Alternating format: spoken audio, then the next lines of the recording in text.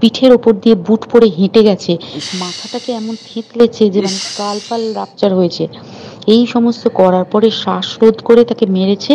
ও এসে ওই dead বডিকে rape করেছে। ইস! যাতে ছি, তার ছি, ছি, ছি, ভ্যাজাইনাতে ছি, ছি, সিমেন্ট পাওয়া ছি যায়। ম্যান কোথায় নমস্কার, আমি সেতু সরকার। আজকে গুরুত্বপূর্ণ একটা কথা বলবো। সময় আছে কি? ধৈর্য ধরে ফুল ভিডিওটা দেখো। ঠিক আছে? ইন্ডিয়ায় কলকাতায় আরজি কর হসপিটালে যে একটা ঘটনা ঘটে গেছে, মর্মান্তিক একটা ঘটনা। একটা ডক্টর তিনি রেপ হয়েছে এন্ড ফাইনালি সে মারা গেছে। We want justice.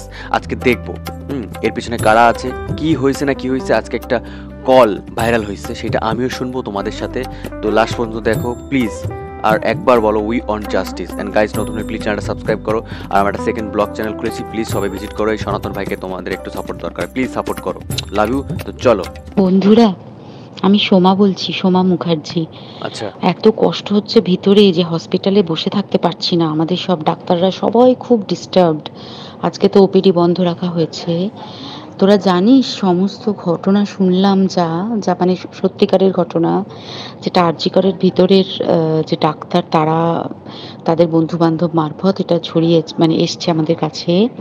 অ্যাকচুয়ালি যেটা ঘটেছে সেটা হচ্ছে, আমি শুনে তো মানে বিশ্বাস করতেও নিজেকে কেমন লাগছে রে।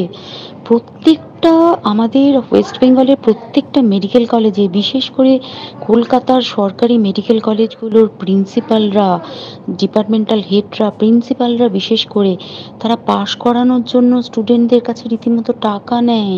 সব জায়গায় যেসব নেয় অনেকে। স্টুডেন্টরা, ইন্টার্নরা, মানে কি পিজিটিরা বলবো। যারা ভালো করে ক্লাস করে না বা থিসিস তারা জমা দেবে, পিজিতে তো থিসিস জমা দিতে হয়।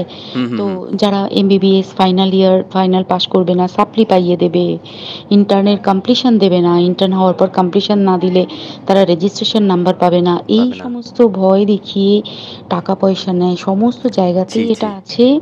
এর মধ্যে সব থেকে নিকৃষ্টের থেকেও নিকৃষ্টতম হচ্ছে সন্দীপ ঘোষ, প্রিন্সিপাল, যে তোর আমাদের কি বলে, আরজিকর।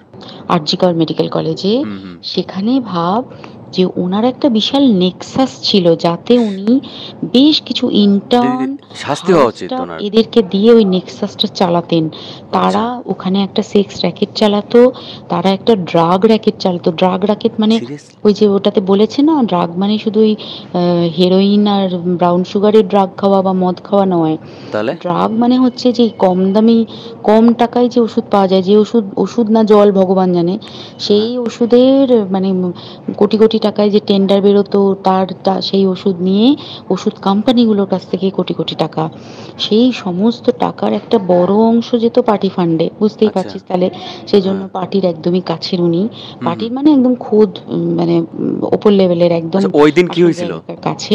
তো এবার উনি এই যে নেক্সাসটা চালাতেন, হ্যাঁ। তাতে রীতিমতো কোন ইন্টার্নকে উনি পাশ করাবেন, কোন পিজিটিকে উনি থিসিস কমপ্লিট করাবেন, সেগুলো সব ভয় দেখিয়ে টাকা ভয় নিতেন। দেখিয়ে আর টাকা তার নেওয়া। হয়ে কাজ করতো ওই ইন্টার্ন হাউস স্টাফের একটা পুরো বড় নেক্সাস। আচ্ছা। এবার এই মেয়েটির যে পিজিটি, মেয়েটি অত্যন্ত ভালো, সে তার হ্যাঁ, থিসিসটা কমপ্লিট করাবে না দেখলেই বলে বোঝা যায়। হুমকি দিচ্ছিল। সে আচ্ছা। এটা জানতে পেরে গিয়ে বলেছিল যে আমি এরকম কোনোভাবেই মেনে নেব না, আমি এর এর বিরুদ্ধে আমি যাব এবং আমি এর বিরুদ্ধে সব ফাঁস করে দেবো।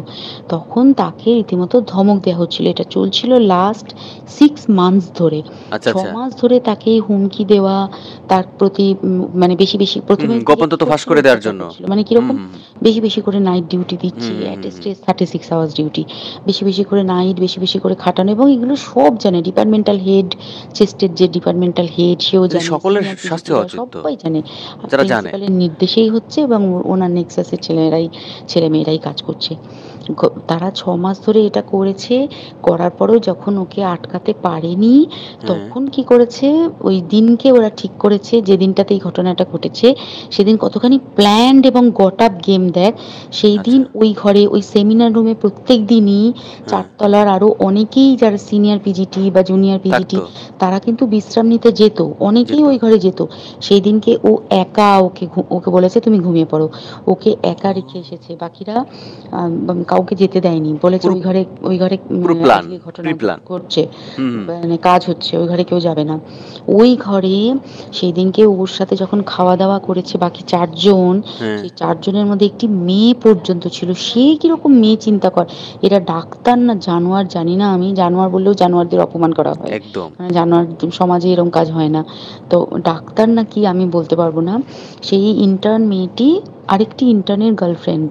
তো তার সাথে ওই পিজিটি মেয়েটি প্রচুর ঝগড়া হয়েছে। ঝগড়া হওয়ার পরে তারা তো হুমকি টুমকি দিয়ে চলে গেছে, দিয়ে তারা বলেছে তুমি ঘুমো। এবার ও তো হুম, আর জানে না, ভালো মনে শুতে এসেছে। হ্যাঁ, সিম্পল। তারপরে তারা গিয়ে মদ টদ খেয়েছে, 7-8 জন মিলে চড়াও হয়েছে। এবং তোরা জানিস যে প্রথমে তার হাত দুটোকে দুপাশে 2 জন ধরে রেখেছে, এবং সেই ইস! কাজে সেই মেয়েটিও সাহায্য করেছে, ইন্টার্ন মেয়েটি। 2 জন ওকে কেমন পা মেয়ে! দুটোকে টেনে জরাসন্ধের মতো ছিঁড়ে ফেলেছে, মানে আহ! ছেঁড়ার মতো করে টেনেছে, যাতে পেলভিক বোন ভেঙেছে, ইস!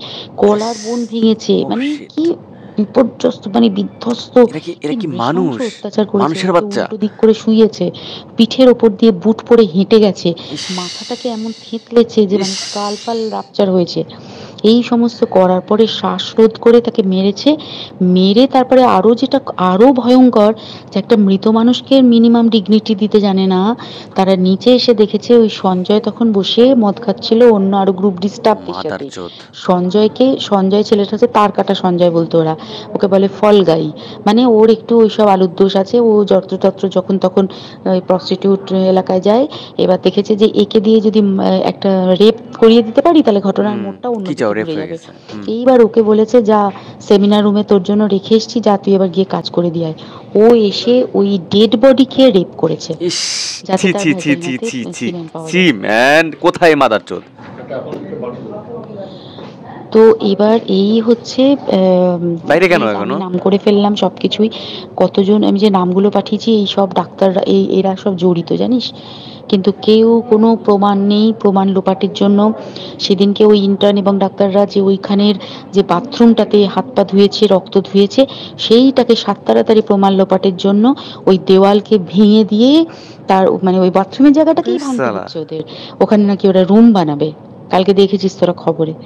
আর বেশি বলতে পারছি না, মানে তোরা তো সবাই প্রোটেস্ট করিস, আমরা তো আমাদের দিক থেকে করছি, কিন্তু কিছুই হবে না, এই পোড়া দেশে কিছুই হবার নেই, শুধু ভেতরে ভেতরে গুমড়ে গুমড়ে কষ্ট পাওয়া। আর আগামী প্রজন্মের যে ডাক্তাররা বেরোবে, তারা যে ইন্টার্ন বা পিজিটি বা এই যাদের কাছে আমরা যাব ভবিষ্যতে, তারা কি ডাক্তার না কি আমি জানি না, কি নিয়ে তাদের কাছে আমরা যাব, আর কি করেই বা আমাদের পরের প্রজন্মকে আমরা সুরক্ষিত রাখবো।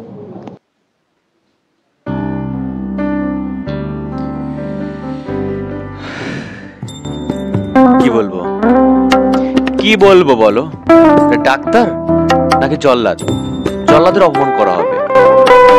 মানুষ এত খারাপ কি করে হতে পারে? কি করছে? একটা ডেড বডির সাথে রেপ! What the hell! এ এখনো বাইরে কি করে? ওই দেশের প্রধানমন্ত্রী মানে তাকে শাস্তি দিতে পারে না? We want justice. আমি একজন বাংলাদেশি হয়ে বলতেছি, উই ওয়ান্ট জাস্টিস। আমাদের বাংলাদেশের মানুষ রাস্তায় নামছে আজকে এইটার বিরুদ্ধে কথা বলার জন্য। এটা কি ভাই? এটা কি স্বাধীন রাষ্ট্র? মেয়েদের কি কোনো নিরাপত্তা নাই?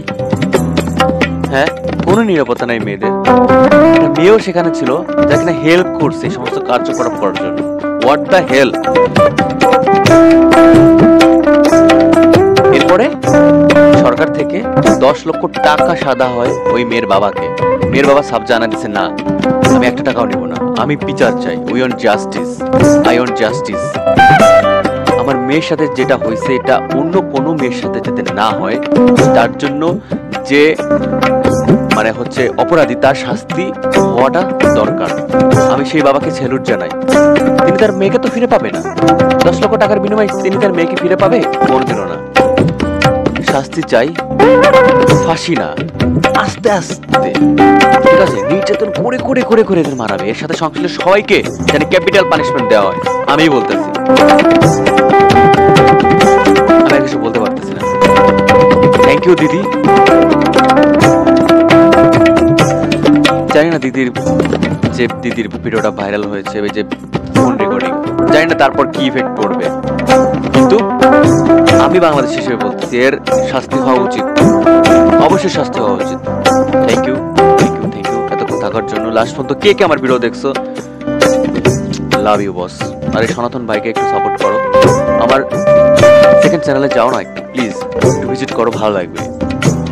আর ওখানে কমেন্ট করে বলো তুমি এখান থেকে ওখানে গেছো, তাহলে আমি তোমার নাম পরবর্তী ভিডিওতে মেনশন করব। নমস্কার, জয় শ্রীরাম। আর প্রত্যেকে ঘরের মা বোনদের রেসপেক্ট করবে, সুরক্ষা তোমরা নিজেরাই করবে, ঠিক আছে? ভালো থাকো সবাই, সবার ফ্যামিলি নিয়ে অনেক ভালো থাকো। আর আমার ফ্যামিলির জন্য ঠাকুরের কাছে, ভগবানের কাছে প্রার্থনা করি যাতে আমরা ভালো থাকতে পারি। নমস্কার।